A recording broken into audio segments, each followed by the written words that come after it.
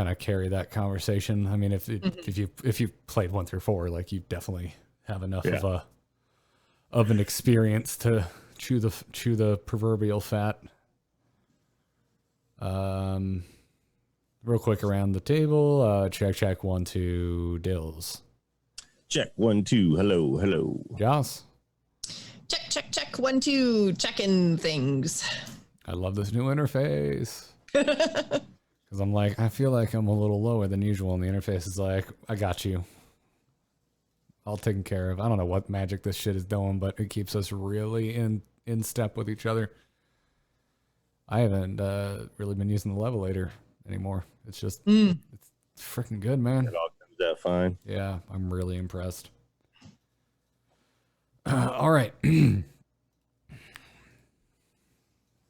will not make the sound of lozenge on my teeth during the show. I will not make the sound of lozenge on my teeth during the show. Okay, let's do it. TAC 318 records live in 3, 2, 1. The Angry Chicken is a production of Amove TV. Bookmark amove.tv for more gaming and esports shows. The Angry Chicken is directly supported by listeners like you via patreon.com/TAC.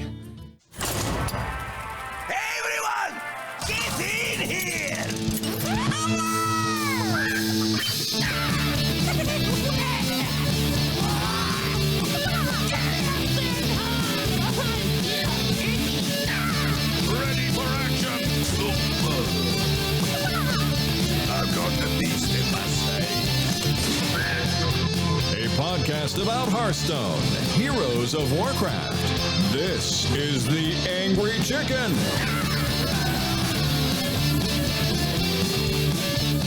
Greetings and welcome back, everyone. This is the Angry Chicken. I'm Garrett Weinzerl, hiding behind the possessed villager because I don't feel good today. Joined, as always, by Willie Dills and Jocelyn. Welcome back, everyone. You did make it though. I so did. Happy. I did. We've been going back and forth in our production Slack today with me going, I might make it, I might not make it, I might make it, I might not make it. Hopefully that wasn't too annoying for you guys. No, it's totally fine. Well, I'm glad because I got home like not even that long ago from my grandfather's estate sale setup thing. And I was like, oh, and then I'm going to have to set up the stream. Oh, no. I'm like, okay, good. I could just sit down and talk Hearthstone. Yeah, I might just be like the producer in the booth. I might not talk as much today, but I'm glad I'm here. I'm glad y'all are here. Thank you. This would have been a hell of a day if one of you was like, and I'm sick too. yeah, right. I actually did. I worked the last 3 days in a row, and I had that feeling, not today, but yesterday when I woke up, that little in the back of my throat, and I've dodged it. I've dodged it twice now in the last month. I don't know how. You better knock on wood, dude. Yeah, it is the physical embodiment of playing against Bomb Warrior. I just get that feeling. I get that feeling in the back of my throat, like I'm about to die and I can't do anything about it.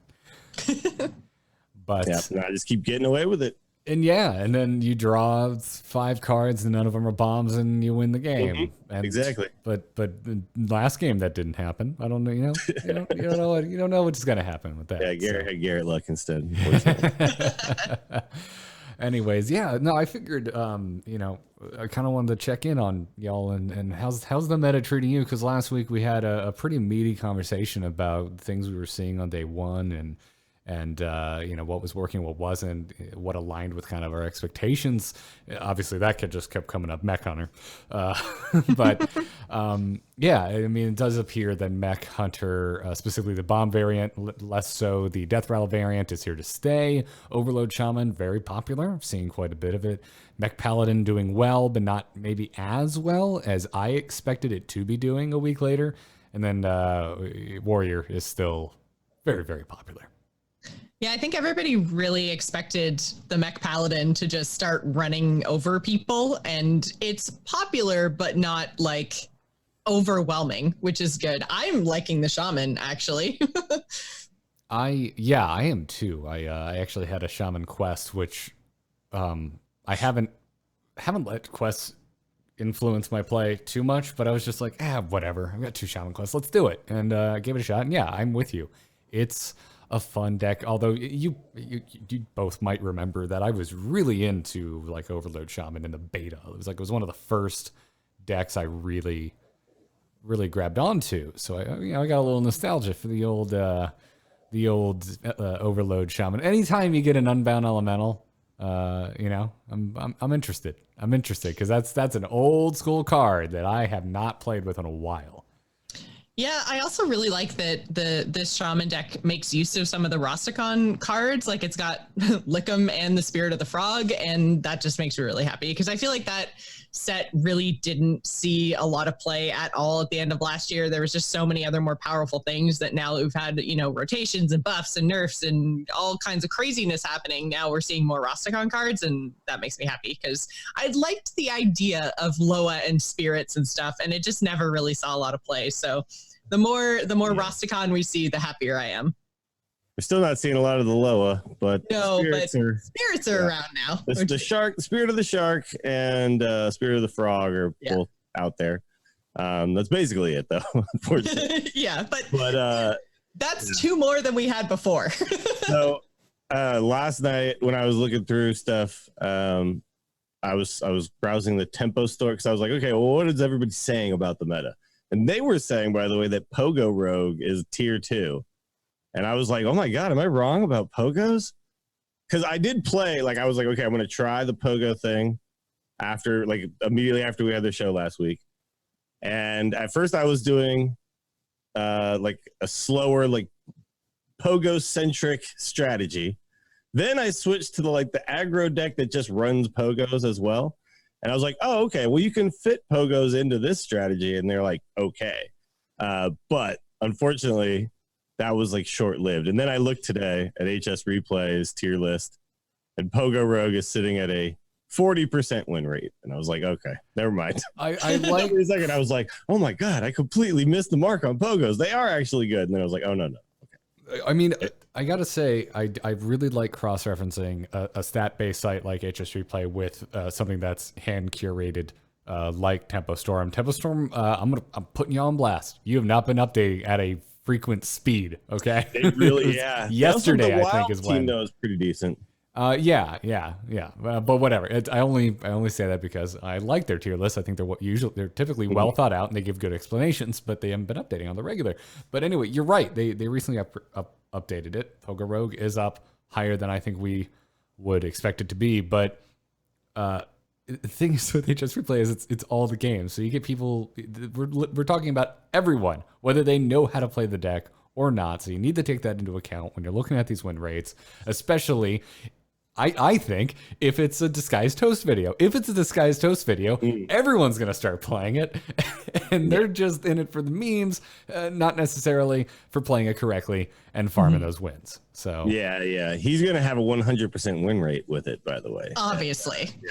So he's dragging everyone else up. That's how that works. Pogo Rogue really has like a 10% win rate, except for Toast. You're making it sound like I'm dumping on Toast, and that is not what's going on here. Yeah. I'm dumping on. Has it down with Heal Druid, Nomi Priest, and Silence Priest. So. Which again, I feel like even Nomi Priest is one of those decks that if you know how to play it well, it's possible to have a good win rate with it. Sure. There were a couple people, I guess, post nerf buff, or I guess pre-nerf buff stuff, who were, hitting legend with it. And so it's possible to have a very good win rate with that deck, but you need to know what you're doing. So I think that's kind of the grain of salt with a lot of this stuff, because I still think there is something to Pogo Rogue, but I think Dills, you're probably right that it's more of a, what deck can I slot it into, as opposed to I'm going to build a deck around making, 29 29s. It's like, well, no, that's not really what you need to do. You need to, use them as part of a grander strategy. Well, the problem though is that to put in the package, you're taking out cards that would just be better, right? Yeah. Like if you're going to make an aggressive rogue deck and then you throw in Pogos, and then if you throw in Pogos, well, I need a Togwaggle scheme, and I also need a lab recruiter, and I also, it's like I also need these cards, but actually it'd be better if I just had the Shark Sea Giant Water Rogue deck with all the other aggro tempo cards, right? Because you already know you're gonna have like Backstab and Eviscerate and the the good rogue cards and miscreant and all that kind of stuff. And then what you do is you just basically like take that deck, water down the good neutrals that you were putting in and put in pogos instead. And so it's like you'll still win the game, and sometimes the pogo thing will happen and you'll remember when the pogo thing happened. I do think another thing about that deck is when it happens to you, you remember, like we talked about last week, when it happens to you, you remember it. So you go like, oh my God, these pogo decks are crazy. Did you see what that guy did with the pogos? It was a gigantic pogo. And then that's all you remember. Yeah. But that guy lost. I feel like, as you said, like you have to put in, you know, like lab recruiters, togwaggle schemes, all that other stuff. But if you're just running a deck that has some bounce stuff anyways, that has like Shadow Step, that has, Waggle pick, then perhaps maybe just, you know, if that happens to hit a pogo hopper, cool, then I get 3, and maybe, you know, like the cheap 1 or the 1 mana 3/3, the 1 mana 5/5, like that, you know, you can combo and stuff. Like maybe that just pogos fit in a deck that's doing a little bouncy stuff anyways. It's just one more option for stuff that's not terrible to bounce. And I mean, I really want to kind of defend the pogo rogue here, because listen, we spent like the last 2 weeks talking about like the good decks. Like we were very much talking like under the umbrella of you want to climb. So now when we say good and bad, it's under that umbrella. But let's step out from the umbrella just a little bit. Maybe we're under an awning now. And the Rogue has found a way, if I can, you know, Jurassic Park this discussion. And we haven't had time really to talk about it and give it its due. But Rogue has found a couple different archetypes that can climb the ladder and can be consistent. You've mentioned the Water Rogue deals. I mean, like, and these Hook Tusk Rogues are laying down pretty solid win rates in spite of the nerfs. The nerfs that they got. Yeah. Now they're and so with that in mind, I think we haven't had a discussion recently about the desire to play a deck that you like playing, and I think the Pogo Rogue it's right there. It's on the edge because it uses tempo rogue tools to have a decent core. It's kind of like what you were talking about those last week with your excuse me, with your Boomzooka deck, how you were winning games just by playing hunter cards. And that's something that this Pogo Rogue deck can do. It can win just through typical rogue memes, although it is for the memes if you're playing the Pogo Rogue. Yeah, no, it's you're still winning through like evil miscreant and stuff. Yeah. Exactly. Kind of stuff, but there's the potential that you win through the world's biggest Pogo Rogue beating your face in so hard that you're going to feel it next season. The thing is, if you play against, say, a pure control warrior, then the pogos will help, right? But but like, you know, Johnson, like, you also want to be careful, like saying, oh, but if I happen to shadow step my pogo, it's just good, because also if I shadow step the pogo, it means I didn't shadow step some other thing that might have been better, like a miscreant, right? It's like if my waggle pick if my waggle pick bounces my pogo and not my miscreant, or not, you know, like right now, I think one of the better rogue variants is the thief rogue. And a lot of people are actually bringing that to Grandmasters and doing pretty well with it, because there it's just like you do tempo and value things, right? So it's like it's like the pogo thing just you get stuck in it. But I know why people are doing it, because rogue got 3 nerfs, and then when the round of buffs happened, one of them was pogo, right? So it's like, oh, well, if everyone's messing with their new, their new buffed cards, Rogue's messing with their new buff card, but their new buff card is like a trap, you know? Yeah, people got to be careful. Yeah. I was actually, though, that day when I started messing with the aggro version, I was like, oh, maybe I can't bring this to Taco anymore, because now it's an actual deck and not just a meme. But no, I think I actually can. Especially if I bring the really bad version. I'm gonna laugh so freaking hard, man, when you win Taco with the Pogo Rogue and you just sit there like, well, you bring that up because we got a lot of signups last week, but there's still plenty of space for people. Taco is gonna be this weekend, so get out there and sign up. The sign up is on our patreon.com/TAC page. And we'll be tweeting it out throughout the week. And I'm going to keep reminding everybody, because every now and then we still get a message that's just like, oh, is it for patrons only? No. We let patrons sign up first, but It's a Yes. public post over at patreon.com/TAC. It's up there for everyone. Just scroll back a post or two. You'll see it. There's a link to Battlefy right there. Can you just search for taco on Battlefy? No, it doesn't work. So yeah, go to patreon.com/TAC. Scroll down. There's a sign up before the taco. It's a Saturday. Go win yourself some packs. Go beat Dills. Beat him with his stupid Pogo Rogue. Take me down. And win yourself 15 packs. Okay. I might end up doing like if I'm really just looking for like a bad archetype, so I might end up doing something like the Nomi Priest too or something like that. So thank you for admitting that Pogo is not a bad archetype, Dills. I appreciate you saying that I'm right. I appreciate it. I actually was concerned that when I looked at that tempo storm, I was like, did I just completely miss the mark? And yeah, I think it's solid, and I think there's something to be said. Where I was kind of going with my ramble before and didn't get there was that I think there's something to be said for like a gateway archetype, like whatever it is that will get you excited enough to keep logging games, to learn a deck, to learn a class, because a lot of the lessons that you're going to learn by winning games with Pogo Rogue are going to be applicable to the other archetypes within the class. So, whatever gets you to keep hitting the play button. If it's Pogo Rogue, cool. You can win games with it. It can work. Totally. And I would take the win rates on HS Replay with a big grain of salt because there's a lot of people playing it right now that probably don't know what they're doing. So that's true. That is very true. Also, they're probably not playing an optimal list. That I think when you look at the overall numbers on it, there's a lot of people running bad lists, right? Because they're trying to do like the Tack Noswhisker stuff and all that. And I think really what you want more of an aggressive rogue deck with a Pogo backup plan, right? Yeah, absolutely. And that's why you should also, when it's updated, look at lists like Tempo Storm, because they're going to take into account human error. And so their lists tend to be more focused around, if this is played correctly, how good is it? Yeah, they're just like pros talking about stuff and deciding. By the way, the list that they have listed as tier 2 does have the Tack Noswhisker, which is just dumb. I do. So I will say this though, I think the buffs have done a couple things. I'm a little nervous about Mech Paladin because in the mech based strategies, they seem to be able to just run away with it quite often. Just because of the ability to string a whole bunch of early cards together and then still not run out of gas because Crystallizer is so good. But Crystology. Crystology, yeah. But like we talked, I think it was, I don't know, a month ago or whatever, when we were pre-nerfs, pre-buffs, all that stuff, about how the meta felt bad because it felt like it was forcing you to play decks.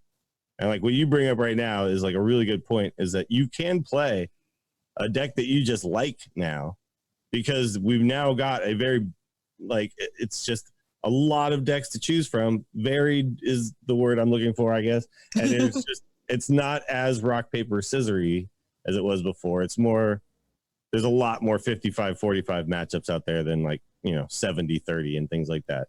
So it's kind of back to that. Oh, it's a little hard to climb because there's so many decks that I'm running into. I'm not just running the same thing over and over again that I can counter, but I don't feel like I'm forced into a corner.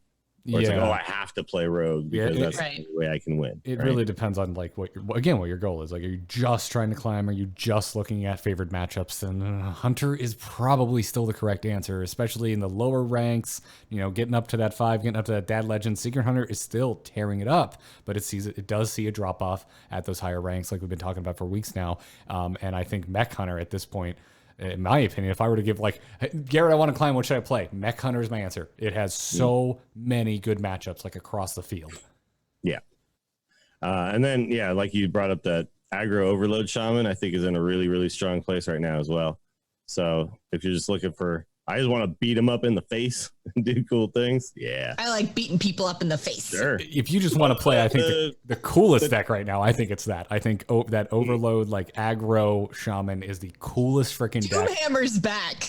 Yeah. And it's also, I'm so thankful for it because it's giving me this example of what I can point to when people are like, all right, Garrett, you're complaining about Shield Slam, you're complaining about Execute, you're complaining about Brawl on Warriors because you've been seeing it for too long. What's an example of something that's been around since Classic that you're not mad about. And I'm like, Doomhammer, because we got a break from it. We got a very long break from Doomhammer. And it's also, I'm going to point to that as an example of, see, this is why reprints would work, because it's been gone for so long. It might as well have gone to Wild as far as I'm concerned. And now it's back, and it feels really cool to see it again. Yeah, I think that's really the mark of like a well-balanced, well-designed classic card, is that it's good when it's supported. Whereas when you look at a card like Brawl and Shield Slam, you're like, these are just always good. You know, it's like I'm fatigued with SI7 Agent and Backstab as well, you know. But you're right, like Doomhammer, there's no fatigue there because we just haven't seen Unearthed Unbound Elemental. I haven't seen that card in forever. So when you see it again, it's almost like a new card. It's almost like a new card got printed. Exactly. Yeah. Now, how cool would it be if we started seeing some GVG cards back, some Nax cards back every now and then? You know, every year. And by the way, when you Especially look with at the this mech stuff going on right now, there could be some GVG mech cards that could really feed into what's going on right now. It could be cool. Oh my God, how oppressive would it be if we added some of those GVG mechs back in the mix? Like So when you look at the Shaman list, by the way, it's not that many classic and basic cards. And I think that's why the deck is so cool, right? You're like, oh, it's using a lot of new stuff, and then a few of these classic basic cards. A garnish, one might say. Yeah, exactly. Just sprinkled with a little classic and basic on the top. Yep. Whereas, the Rogan, the Warriors and stuff have always just felt like just jam-packed with old cards. And it's like, ugh. I've been playing these cards for 5 years. I'm playing against them mostly. Yeah. I don't really play those decks. Yeah, absolutely. But so that's some rad stuff. Before we move into this week's news and talk about what's new in the world of Hearthstone, we want to thank those of you supporting us over at patreon.com/TAC. Patreon is an opt-in way to sub to the show. Whether you're giving $1 a show, whether you're one of our producers giving much more per episode, every little bit helps, and we cannot thank you enough for the support. Right now, you're helping me buy lozenges for my throat so that I can continue doing the show. So thank you. If you want to support the show, head on over to patreon.com/TAC. To some of our newer patrons, big thanks to Alexander S., Michael D., and Jory P. Go check it out. The Patreon also gets you access to the Angry Chicken Discord server. Just attach your Discord to your Patreon account and early signups for things like Taco, which are this weekend. Best of luck, everybody playing this weekend, by the way. May you win some packs. Now let's get into this week's Hearthstone news. News, everyone! So Dalaran Heist it's out, all of it. It's done. The final wing is here. Honestly, this is more just an excuse for us to have a little bit of a post-mortem. What do we think? We've been pretty positive here on the Angry Chicken for the first time in a long time about Hearthstone single player. Now that most of us have finished it, how do we feel? Honestly, I really can't get over how much replayability there is to this mode. It's so much fun. I'm still playing it. It's pretty much the major thing I'm playing in Hearthstone right now. I barely touched ladder because I'm having so much fun in Heist. And it's like, now that we have all the classes available, you can even go back and play like the earlier wings with the new classes. And it's like there's so much content and I'm having so much fun that I don't even know exactly, like I have trouble choosing. It's like watching Netflix. I have trouble choosing which wing I want to play with which class. Like oh man, so much fun. So much fun.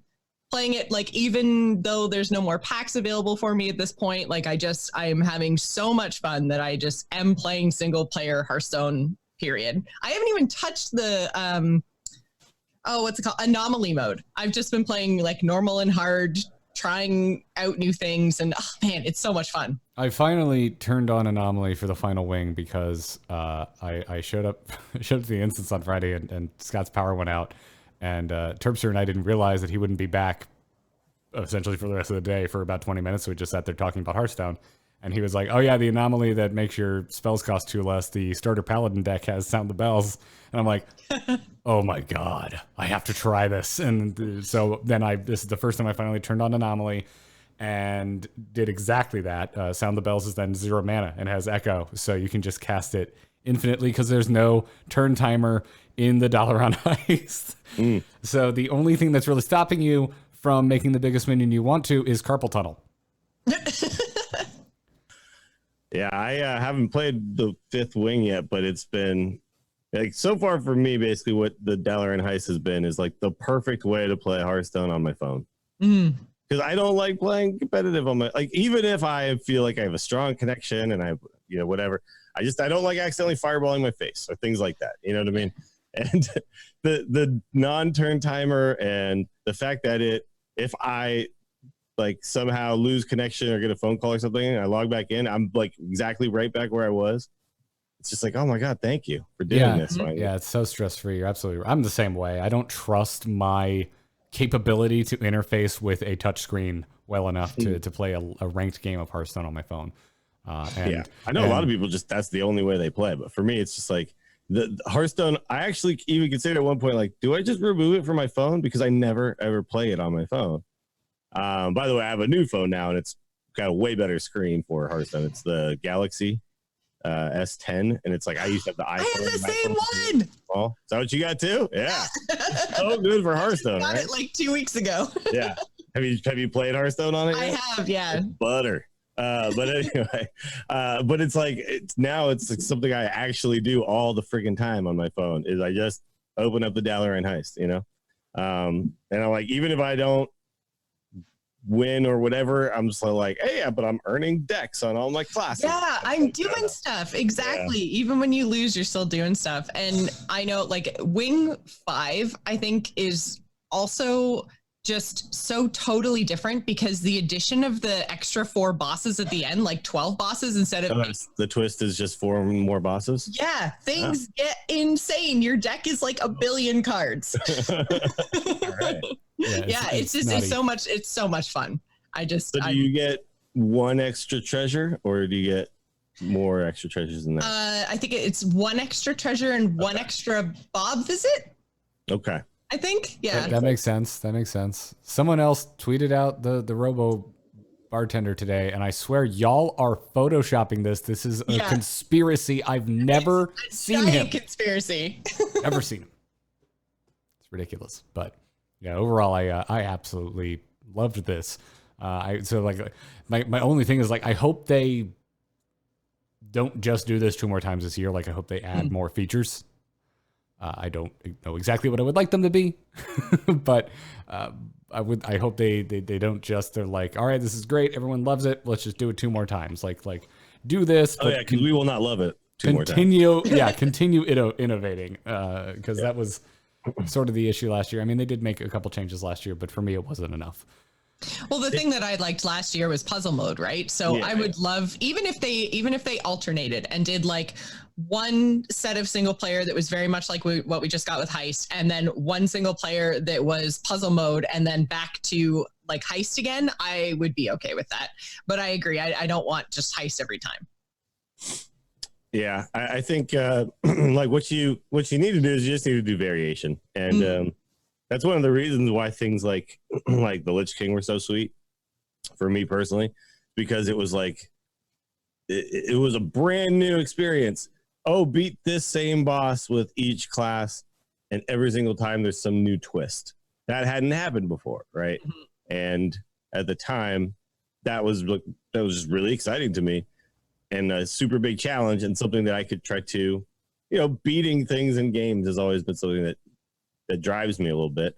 And the Heist definitely has that feel to it, where I feel like if I get over the top with the heroic, I'm like, I beat something hard, and give me that feeling, but don't make it the same thing over and over again. Because Rosticon, I did not beat it.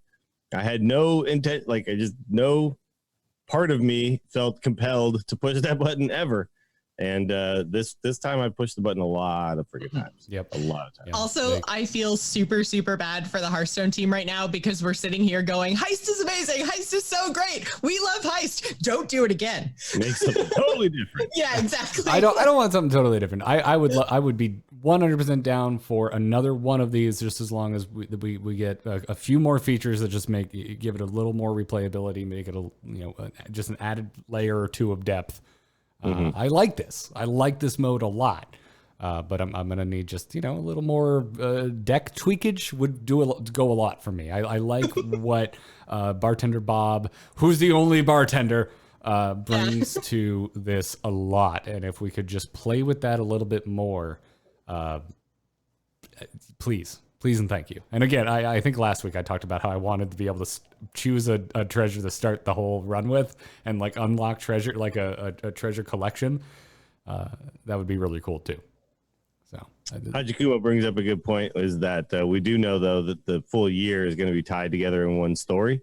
So it is possible that the next thing is at least similar.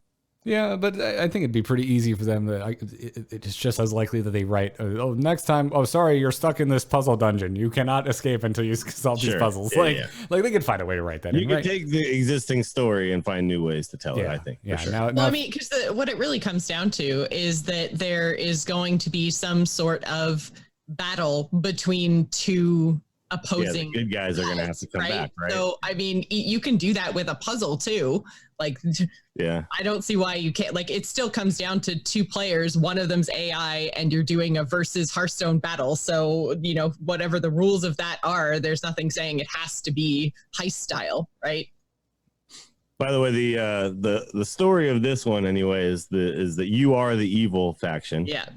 The Legion of, what is it? Legion of Evil? Is that what it is? The Evil League of Evil. The League of Evil. Thank you. Evil League of Evil.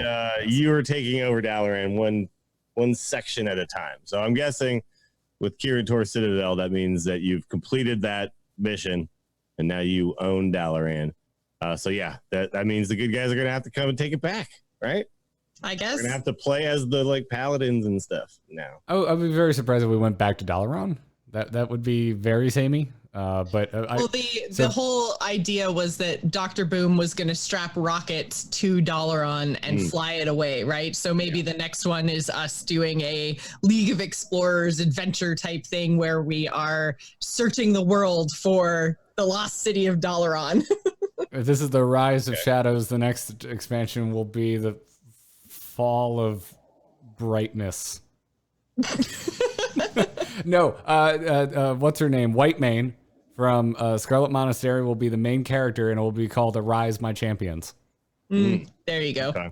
Figured it out. Or, as chat room saying, a Carmen Sandiego expansion. Exactly. Would be where in the world is Dalaran? Find your gumshoes. Oh my god, I would be so into that. I'd be so freaking into that. I mean, and then we could go wherever the hell they felt like. We could go to different locations across Azeroth, and that they would just jump at the chance to do an Indiana Jones map with a red dotted line in between these places. Also, it's an excuse to bring back Sir Finley Murgleton, and that's all I need. I'm sold. We've already figured it out. If it's anything other than this, I quit Hearthstone. I could go for some more Reno Jackson action. Jackson. Yeah, it's good man, that Reno Jackson. We have no duplicate cards in your deck cards right now in standard. I would love to see a return to that. Yeah, those are fun. Yeah. It doesn't have to be a Reno reprint, but a Reno with a different effect if there are no duplicates in your deck. That would be super, super cool. Although they would have to just nerf bomb Warrior into the effing ground because that would be a non-starter because of the existence of Bomb Warrior right now. Oh, that's true. Yeah. As soon as you got bombs in there, there's like extra fine print on the new Reno that says excludes bombs.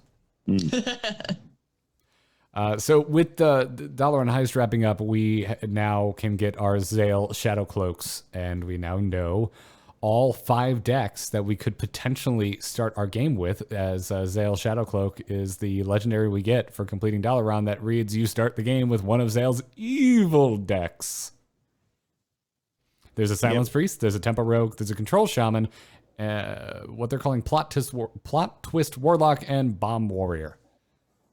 Yeah, the Plot Twist Warlock is the Fell Lord Betrug deck, which is just absolute garbage. I was gonna say, the Plot Twist Warlock is like the low roll on the Cloak. Yeah, like you come into the game and you got Warlock, you're just like, I concede. Let's try this. Yeah. By the way, these are all like bad versions of decent decks. The Silence Priest is not a real deck, but they're great if you don't have, like, for instance, even the Rogue's got 6 legendaries in it, so it's a good way to attempt to play around with an archetype you you might not be able to craft on your own. Same with the shaman and actually a lot of them have quite a lot of legendaries in them. So if you can't craft these things, if you don't have enough stuff, then it's a good way to mess around with some of these archetypes. Yeah, if you're a free-to-play player, these are definitely going to be decks that you wouldn't be able to build. So, and like they do look like they're the fun decks, you know. It's just they're worse versions of existing archetypes, right? So like the Bomb Warrior has batter heads and Acolyte of the Rhinos in it and stuff like that. It's like, you don't need these cards. You just need the good stuff. So that's okay. It has Dr. Boom Mad Genius. That's all it needs.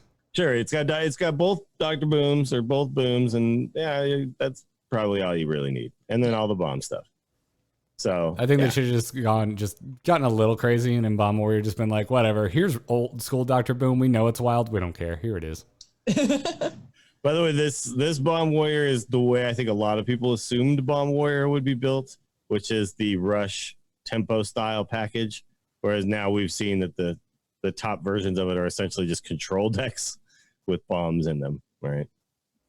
So it's just like it's funny to me because I can tell these are decks that were built out by Blizzard people before they saw what the community was going to do with these cards, right?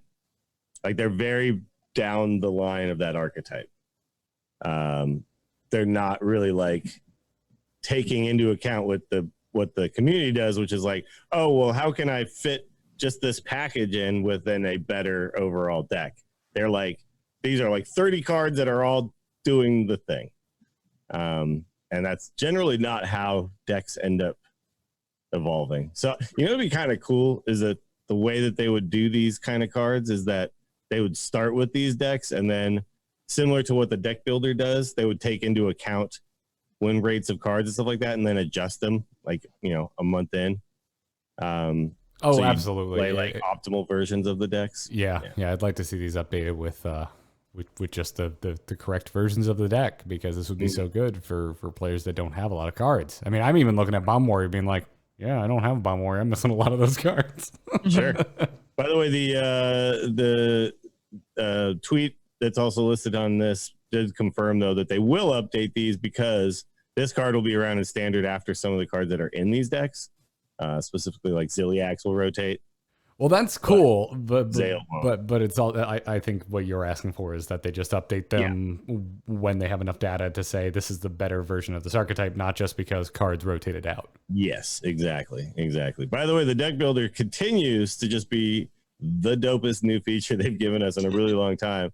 Especially if you're a free to play player, it's like I can go onto my EU and Asia accounts and just get quests done like that. It's so simple now. I don't have to pore over, you know, my incomplete collection and figure out a deck I can make. I can just push a button and go. That's rad. It's amazing. I'm glad that it's still and working. They can like apply that technology to Zayle. Yeah. They have the technology. Yeah. Now there's no excuse. We know they have it. So on last week's show, we talked about the Masters bundle, which, you know, gets you some packs, gets you that new Shaman hero, and sends 50% of what you spent towards the prize pool of the Masters Tour. And it has already capped out, and the @HS eSports Twitter account has informed us that it capped out. So all of the Master Tours are going to offer $500,000 in prizing, and every invited competitor will be awarded a minimum of $500, provided which is nice because that's like probably travel expenses for most of the people that are going, because it doesn't really seem like there's a whole bunch of people who are traveling. Since there's one in every region, it seems like people are kind of competing for and qualifying for the one in their region. So if you're looking at, you know, $500 for traveling from NA to Vegas, it's probably going to take a big chunk out of your travel expenses, regardless of how well you do. Yeah. At least you know you'll get something, right? Yeah. I think a lot of people are going there, though, just because it's going to be a big Hearthstone party in Vegas, and that sounded really fun. I was thinking about it. I'm a little jealous of man. really going. Yeah, that's why I was considering it. I'm like, I don't even know if I'm gonna like this Grandmasters or not, or this. I'm not sure I'm gonna like Specialist or not, but I wanted to go because exactly that. It's Vegas. Everyone who enjoys Hearthstone is gonna be there. It's gonna be fun. But Oh boy, those flights are pricey. Well, at this point, yeah, it's this weekend, right? Well, Yeah. I checked over a month ago. I even mentioned on the show. It was absurd. But yep. Anyway, so yeah, this doesn't answer our questions of why was there a cap in the first place? Because man, that maxed out quick. Yeah, well, I mean, when we did the math last week of the show, it was like, oh, this is not going to be that many people buying this bundle before we've maxed this out. Yeah. And yeah, look at that. It took friggin' a week. And the thing is too now, and this was kind of my big concern with it when they announced the cap was even a thing, is that so it's still available to purchase, but there's no more money going to esports. So the Now esports 100% bundle, all of it goes to, which I mean, it's still a very good value for your money, which is why I think a lot of people went to go buy it. But it's, it's kind of unfortunate because I would like to see just straight up community money and support going to Hearthstone esports. Yeah, like, you know, it'd be cool is if they could Grandmasters, like the fact that it's a Masters tour, like I want to see more money pumped into that system. Well, there's and we're not covering it in today, but there was an article that I linked in our Slack channel that was about APX Void saying if you're not a Grandmaster, you basically can't be a pro Hearthstone player anymore. Yeah. So if you could put more money into these Masters, the qualifiers and the Masters tournaments, then maybe that opens up the ability to have people, because what happens if we get to a point here where only Grandmasters can be Hearthstone players and everybody who's trying to qualify has to work full-time jobs and everything, and then when they get Grandmasters, they're not playing Hearthstone all the time like these other guys are, and there's just no way to like break into what the other people can do because you just haven't had the ability to apply your time to it, right? So I don't know. It would be nice, if there was just more money spread around everywhere. What I would like to see this year, and then say, well, then this puts into the pool for next year, like after that. Sure, yeah, pool for next year, fine. What I would really like to see, to be honest, is like just have a bundle available all of the time, or even cards available all the time, like however you want to do it, but have something available to me that I can buy all the time, and then just constantly be updating how much prizing is going to be at all these tournaments and spread it across the year, whatever. Like I want to see like, okay, right now every invited competitor gets $500, and then maybe next week, okay, well, we've now hit $750 per person, or $1,000 per person. I want to really incentivize the Masters Tour specifically. I think that that's where, again, like you're going to get the most amount of competition. That's a way to help fund people in their travel. And I think it's going to be really, really fun to watch, because as much as I think it wasn't the greatest system, I liked the tour system from last year.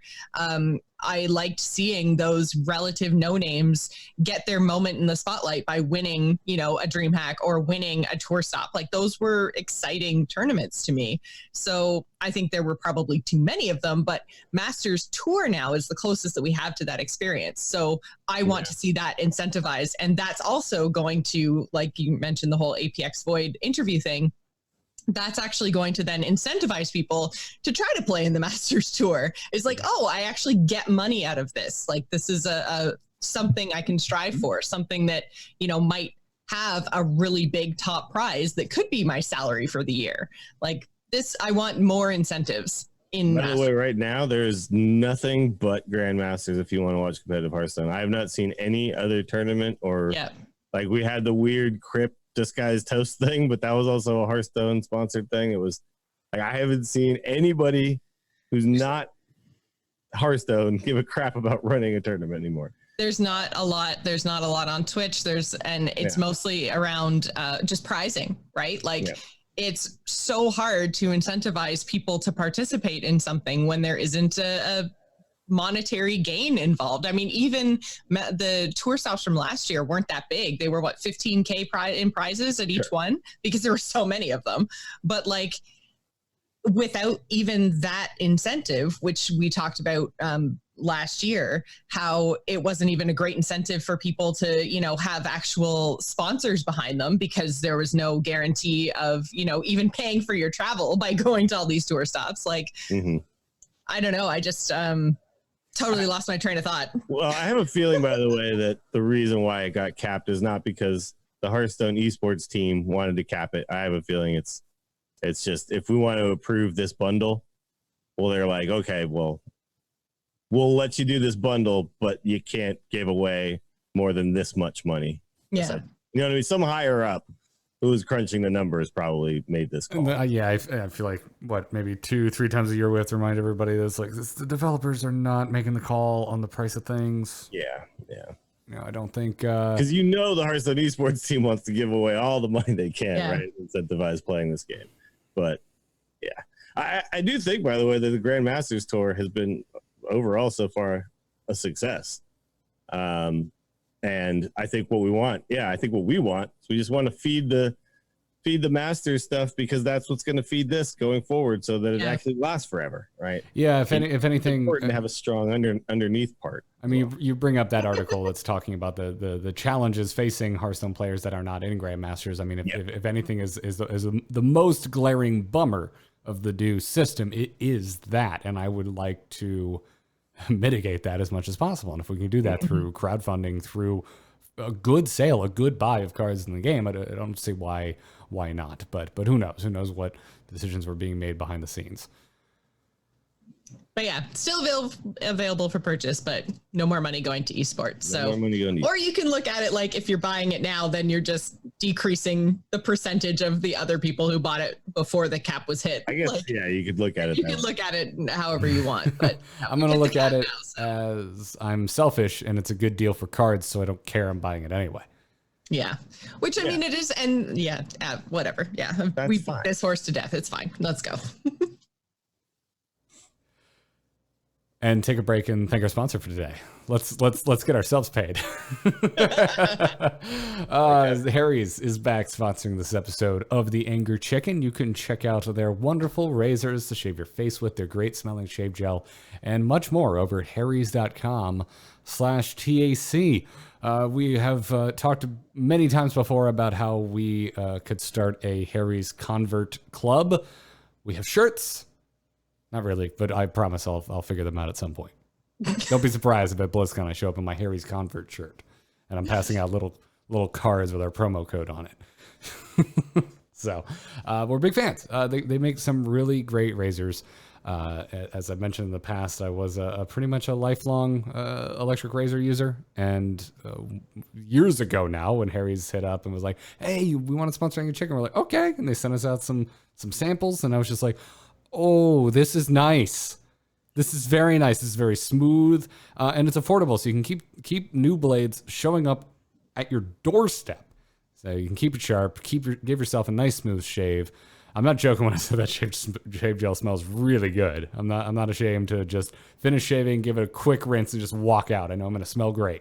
It's fine, and I'm going to look great because it's a nice smooth shave. So you should go check them out over at harrys.com/TAC, and you will get a trial set. It comes with everything you need for a close, comfortable shave. You're going to get a weighted ergonomic handle with for an easy grip, a 5-blade razor with a lubricating strip and trimmer blade for a close shave, their rich lathering shave gel.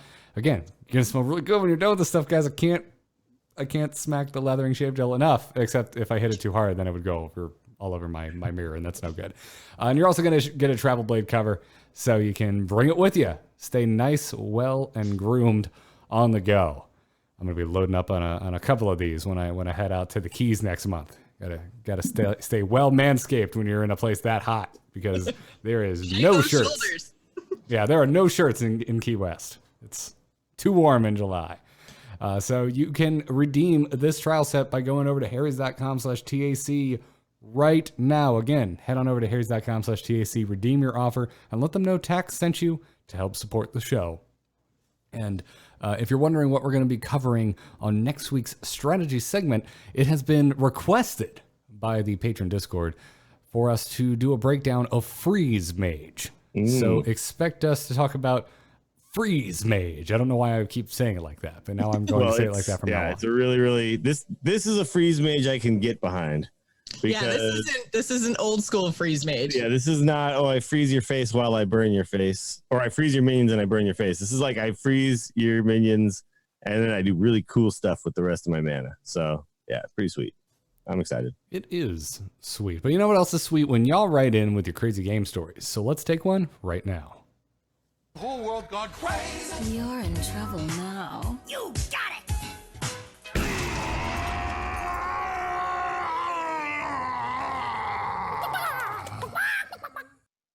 You can send your crazy game stories in to tacpodcast@gmail.com. Who is going to regale us with the zaniest of stories today, Jocelyn?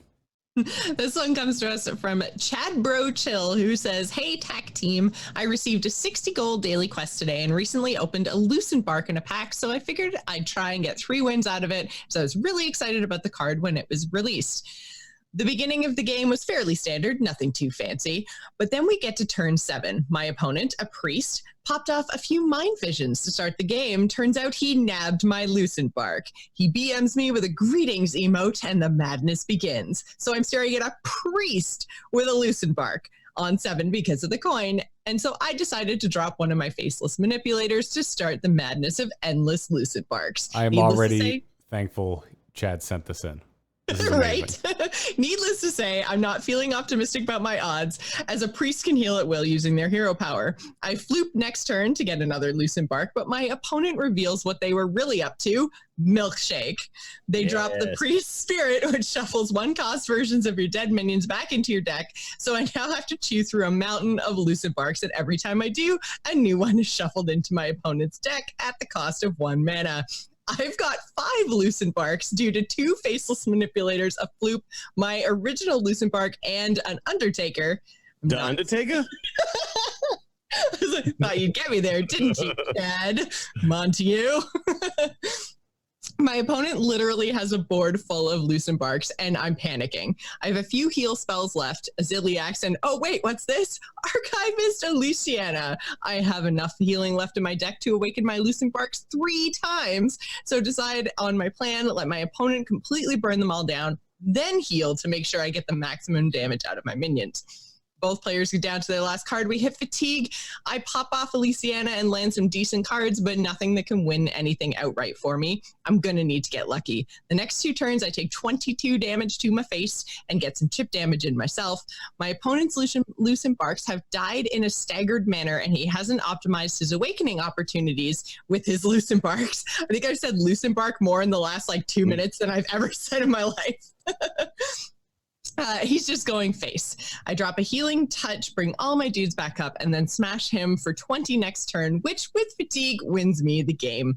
I hit him with a greetings emote right before he quits on me, and I win the wildest game of Hearthstone that I have played in years. He actually sent in a screenshot, and literally both sides of the board were just full of either awake or asleep Lucentbarks. It's almost as if his opponent, as a priest, didn't have a lot of experience with Lucentbarks.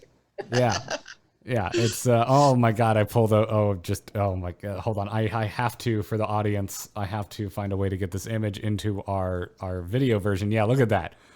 All the Lucentbarks. That's insanity. Yeah.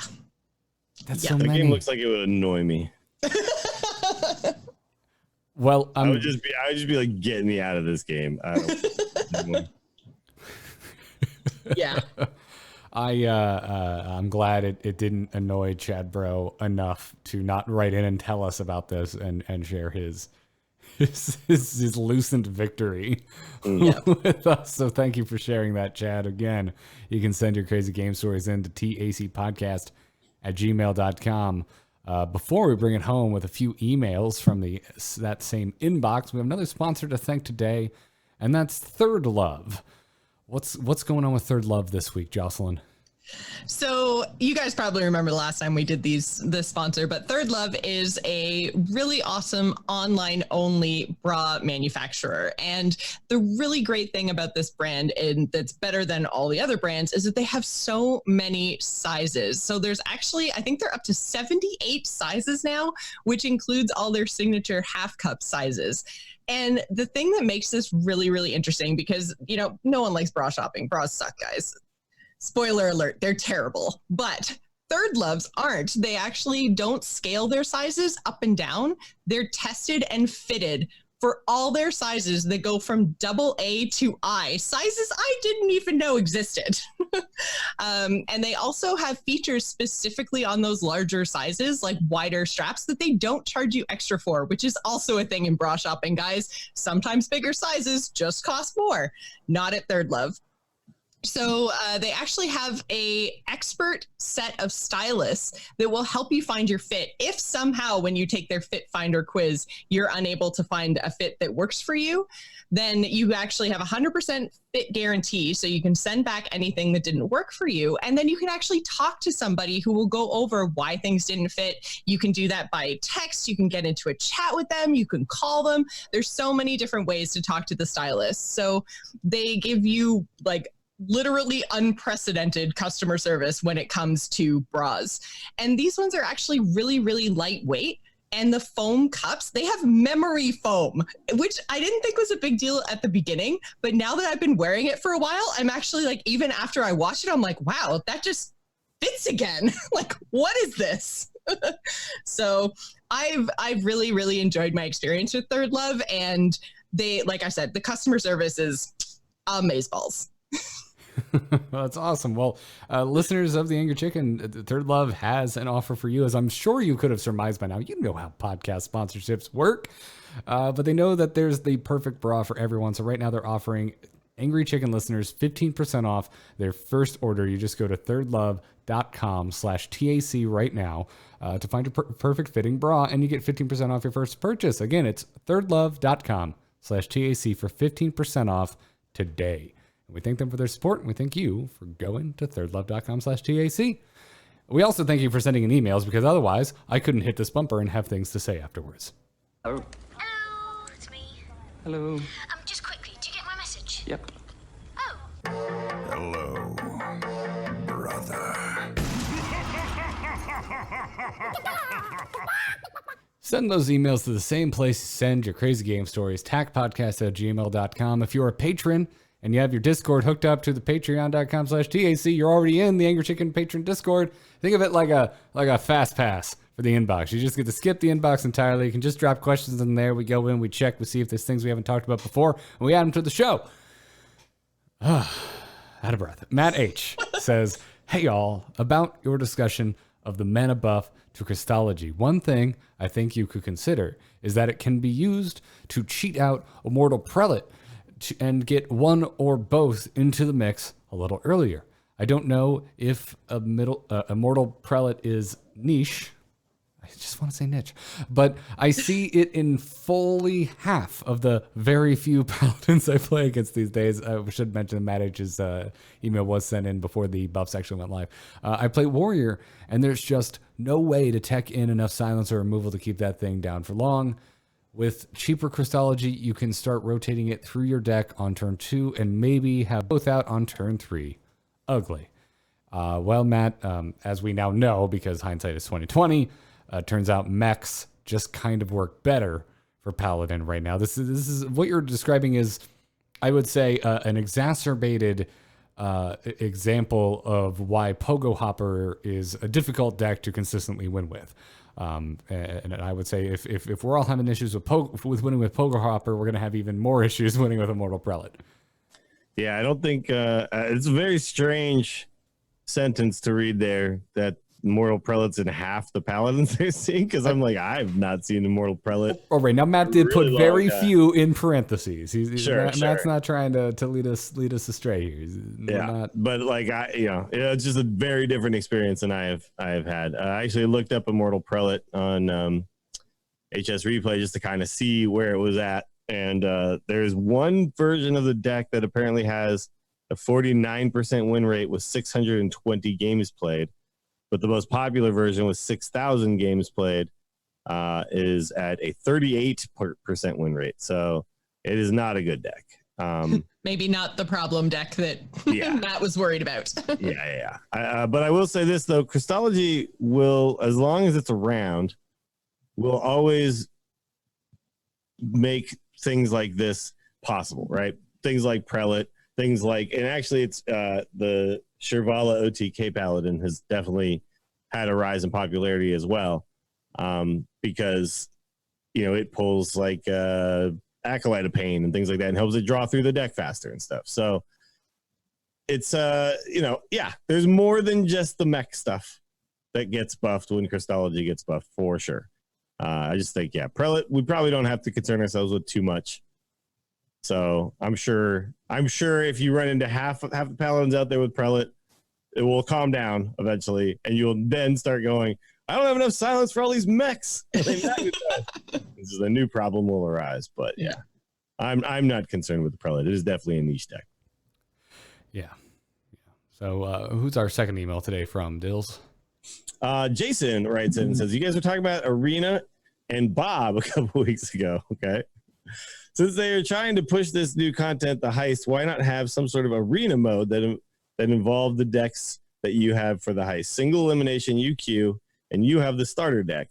You win, you pick your treasure and 3 cards and queue up against somebody with the same size deck. Then you have a fun experience like your 3 Yogs versus somebody, a situation where they also have silliness. Be a great way to get even more fun value out of the extra content they're trying to sell. Thoughts? So basically what Jason is suggesting is we have the deck building of the Dalaran Heist and then take it into a 1v1 game, not PvE, but PvP. Yes.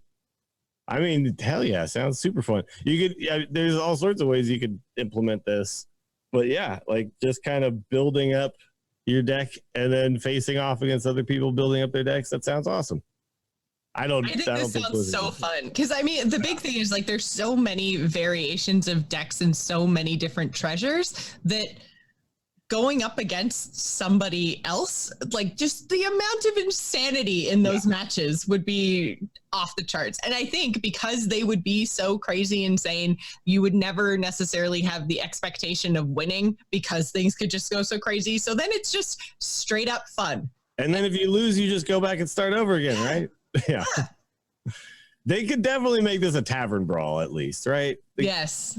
I understand. Okay, maybe they don't want to make this a game mode, but you know what? Screw that. Make it a game mode. Make all these things game modes, Blizzard. Come on. Well, I mean, we just spent so much time off the top of the show talking about in the news section about how great the heist is and how much fun we've had in building all of these different decks. And especially with the addition of Bob and the ability to manipulate your deck once you've started to build it, which I think is really key to what makes the heist better than a lot of the dungeon run stuff that we saw in the past.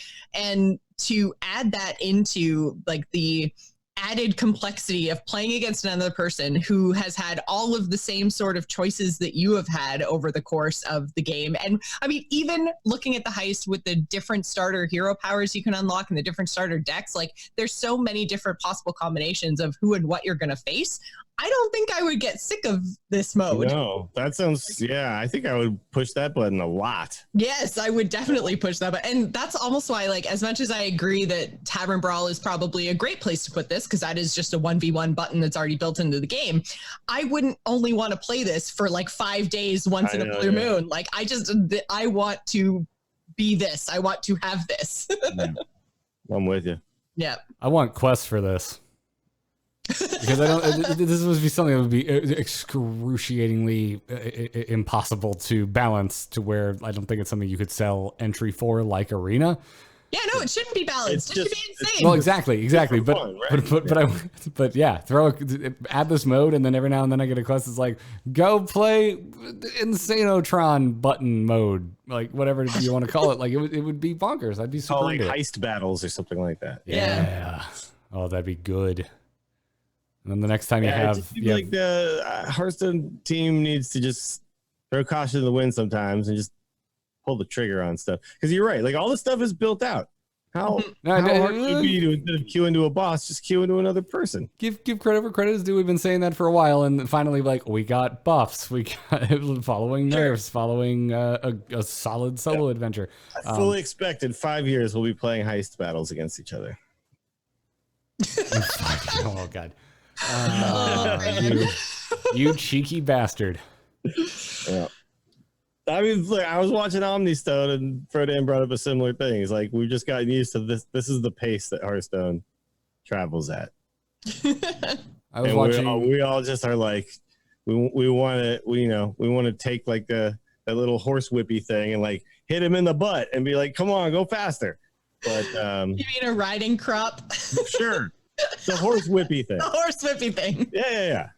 I You watched know- the Kentucky Derby. You know, y'all, Talking about- it could be worse. I just sat through EA Play before E3, and this could be Apex Legends plans for how quickly they move forward. And let me tell you, God, why? I mean, I don't want to crap on Hearthstone too much. I just want to say that we've gotten used to the cadence, and they've done a lot of good things every year. But there's just things move at a snail's pace. Yeah. They just do. Do you think it would be a realistic dream that we get buffs in between every expansion? I mean, it feels like it could be now. I would have said no if you'd asked me that. This time last year? Yeah. Wouldn't that be great? Wouldn't it be such a good, like you're talking about cadence, which as a Heroes of the Storm fan is a word that makes me shudder and start I sweating. thought of that too, and I was like, well, I guess but- Heroes players just can feel good about the fact that they don't have Hearthstone cadence. No, but what I'm saying is it would be. Wouldn't that be such a great cadence that it was expansions, nerfs and buffs, expansion, nerfs and... I mean, feel like nerfs should come as needed. But I think they showed with at least this first round of buffs that it was expansion specific. They found a way to do it for 2 cards for every class, even if Joss and I would be like, whoa, warrior, just leave them the hell alone. Just don't even bother. Whatever the case, let's ignore our feelings on that for a second and just talk about like this is something that would, in my mind, easily replicatable. I don't see any reason why you can't have buffs in between every single expansion. Nerfs shouldn't be. Nerfs should come when and if needed. But buffs, it's a cool event. This is a great event. Now, do they need to release a legendary every time? I think it'd be really sweet if they did, but they don't. I don't think they have to. No, they could do, each time can be its own thing. You can do whatever makes sense at the time. But I will say this. I think one of the big reasons why I foresee this being more logical and more likely is specialist format, because it's very important.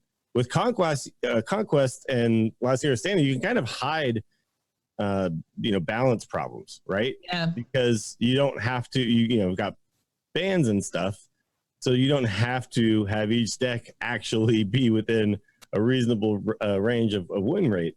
But when you are pushing specialist as your main format, you better damn have a balanced meta, because otherwise no one's going to tune into your product, right? So, and you could see if you watch Grandmaster this last week, how much these changes have made a difference. So, Well, yeah, because that was my big problem with Grandmasters from the get-go, and why I fell off of it so hard is I was like pretty stoked to see something new and discover a new format, because again, like Hearthstone is my first card game, so Specialist is completely new to me. I've never, played Pokemon or played Magic or any of these kind of things that might make use of this format. So this was totally new to me. And then I tuned in and it was like Warrior v Warrior, Warrior v Warrior, Warrior v Warrior, and I threw up in my mouth and I never watched again. Like so it's the kind of thing that if you don't balance and you don't change things up, it's going to be so much more noticeable than like, oh, Warrior is super powerful. Well, I'll just ban it because I don't want to play against it. And then I have 3 other classes that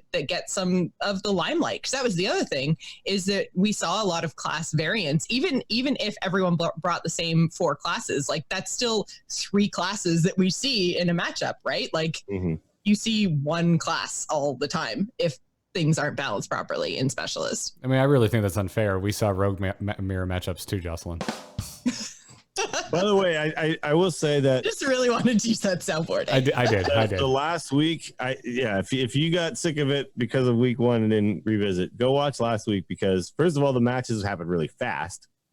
I couldn't believe that. I did go back and watch some matches, and just the fact that an entire match is a 35-minute clip, including the commentary at the beginning and end. I'm like, wow. Yeah, no, they were just firing through those matches on Sunday too, which is, they're calling it like Super Sunday now, because that's when they try to get a bunch of matches in. But they were happening really quickly. The casters weren't getting fatigued and stuff, and you could tell that there was just a lot of interesting. Because I actually find, okay, so before you go, okay, so it's warrior versus warrior or something, right? And maybe you would see that matchup in Conquest, and you would just see those two decks go against each other. But now with the tertiary and secondary and all that kind of stuff happening, and people are actually utilizing them, now you're starting to see, okay, well, the first game happens, and then the second game is now a little bit of a chess match, and who does what, who changes what, trying to figure out, the player has to figure out, did they change the deck? Because they're not going to see those 5 new cards immediately, right? Right. And they don't know if they changed the deck. And then when you get, like, say, Mage Paladin, all of a sudden that matchup has new wrinkles in it. Whereas before, if you saw Mage Paladin, it was like, okay, Mage Paladin, I've seen now 15 times. I know what happens, yeah. It's the same every time. Yeah, there's like wrinkles now. So it's once they've gotten the balance to a point where there's a reason not to just bring Warrior. There's a reason to just go, okay, I should bring something new each week. It's really opened things up. And actually you see the players who are doing well are the players who are unpredictable and able to kind of predict what deck could be good next week, and not just, Firebat is struggling by bringing Warrior every week. Mm-hmm. He's stubborn, and he's just like, no, Warrior's the best deck. And it's like, well, you keep losing, dude. And guess what? You're losing against players who are playing new stuff every week. So if they want to keep it like this, then yeah, Hearthstone's going to have to put in balance changes more frequently than they have in the past. And that would include buffs, I think. So yeah. Yeah.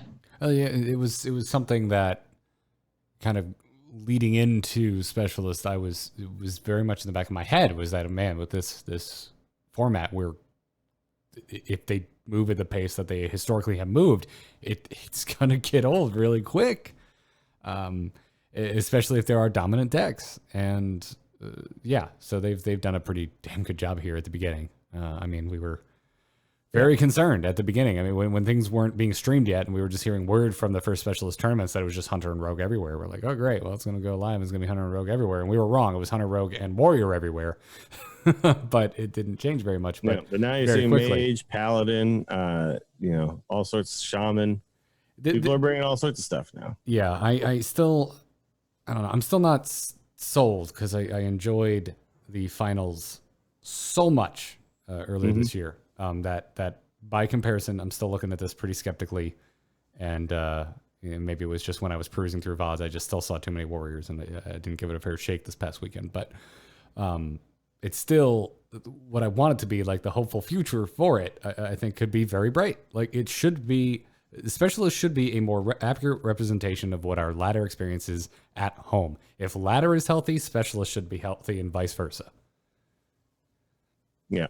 Yeah, I've come around quite a bit on it. So, I was just going to respond to Kagatar in the chat, who's saying Firebat's been getting bad luck in matchups. It's like, is it bad luck, or is it the fact that his opponents know exactly what deck he's going to bring and are countering it? Preparing, right? Because you can go and look and see the schedule, like who's playing. Yeah, you know who you're going to play the next week. You don't see their deck list until I think it's like the day before they see their opponent's deck lists. Right, but all of the matchups and everybody that you know that you're playing, like, that's all already up on the playhearthstone.com website. So you know who your opponents are going to be in what week. So if you do your preparation properly, and then you end up, I'm up against Firebat, he's brought, Warrior every single time.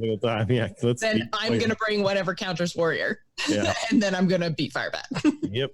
And that's why being unpredictable has worked out really well for people like Frozen and Monsanto. Like, these guys have been unpredictable, and people don't know what to bring against them, right? So, yeah, that's, I think, a good strategy. That's, I think, what's going to make things interesting overall is the fact that, your deck changes week to week.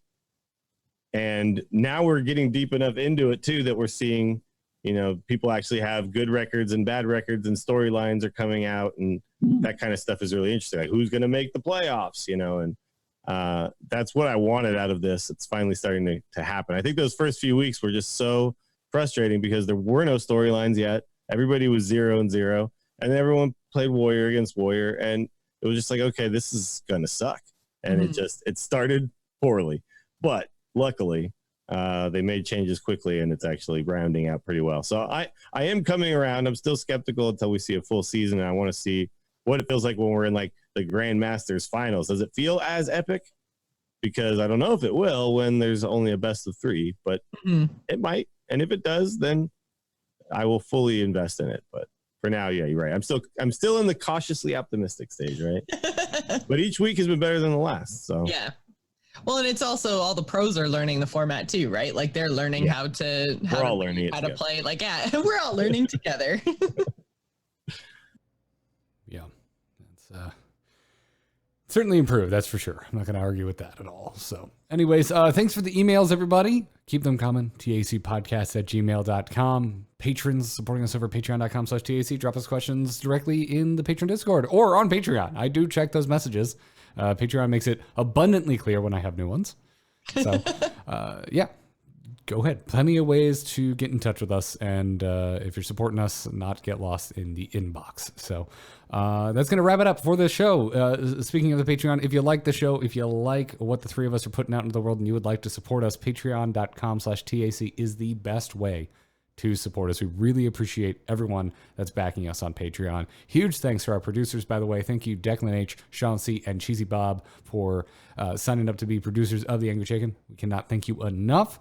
If you want to catch back episodes of The Angry Chicken, they can all be found over at amove.tv or youtube.com/amovetv. We have a video on the official Hearthstone YouTube this week. If you go over there right now, you can see a tightly edited clip of our strategy segment from last week with visual aids, and you can even see Dills beating some faces in with Boomzooka.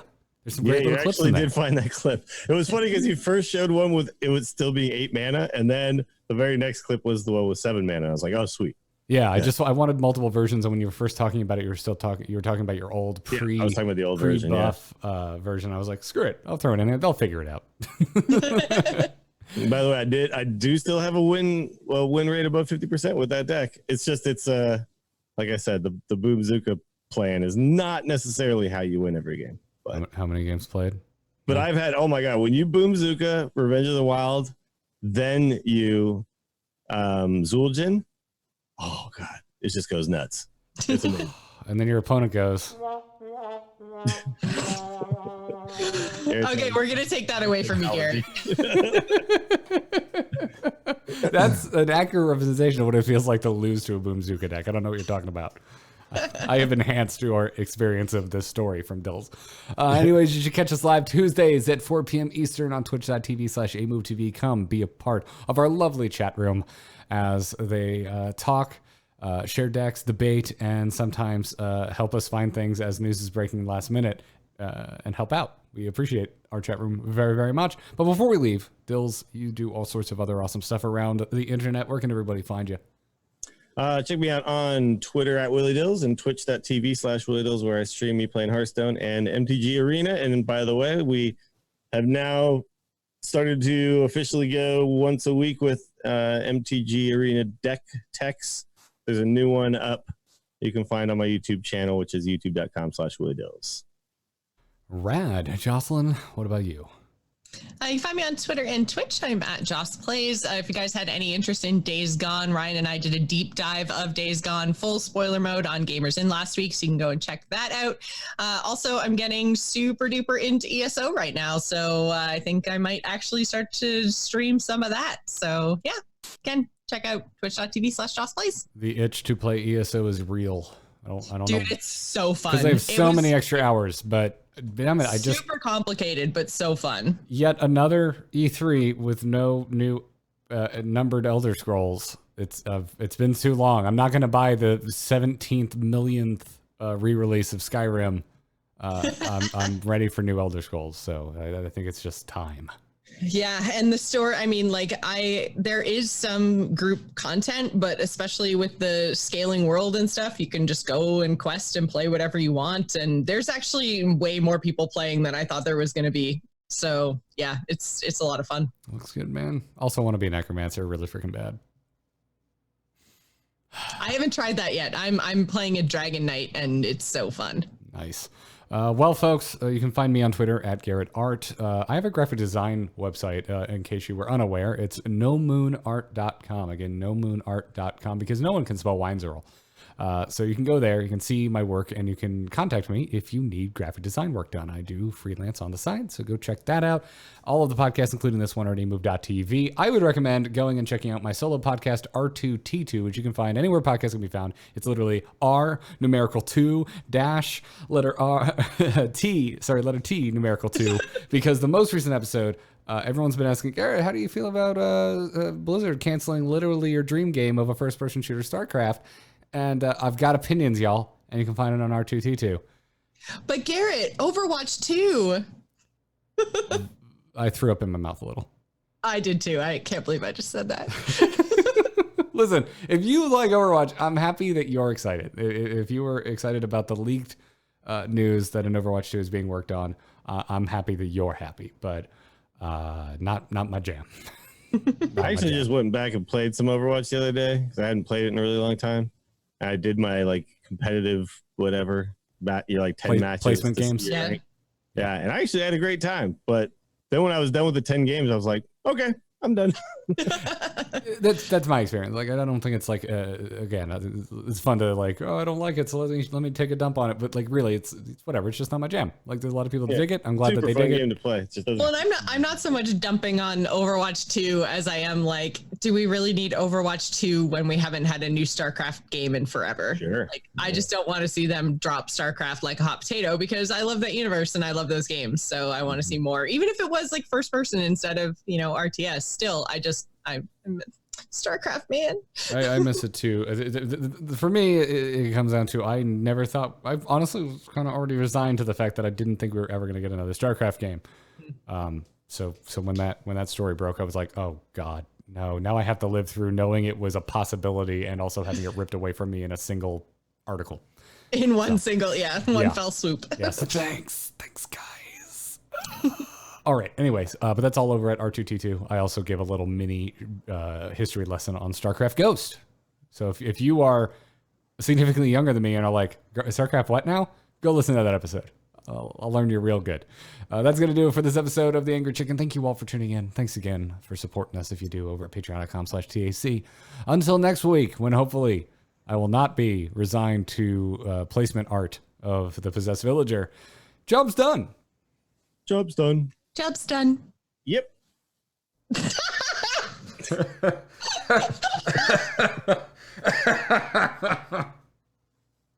Why? Oh, wow. I was not prepared for that.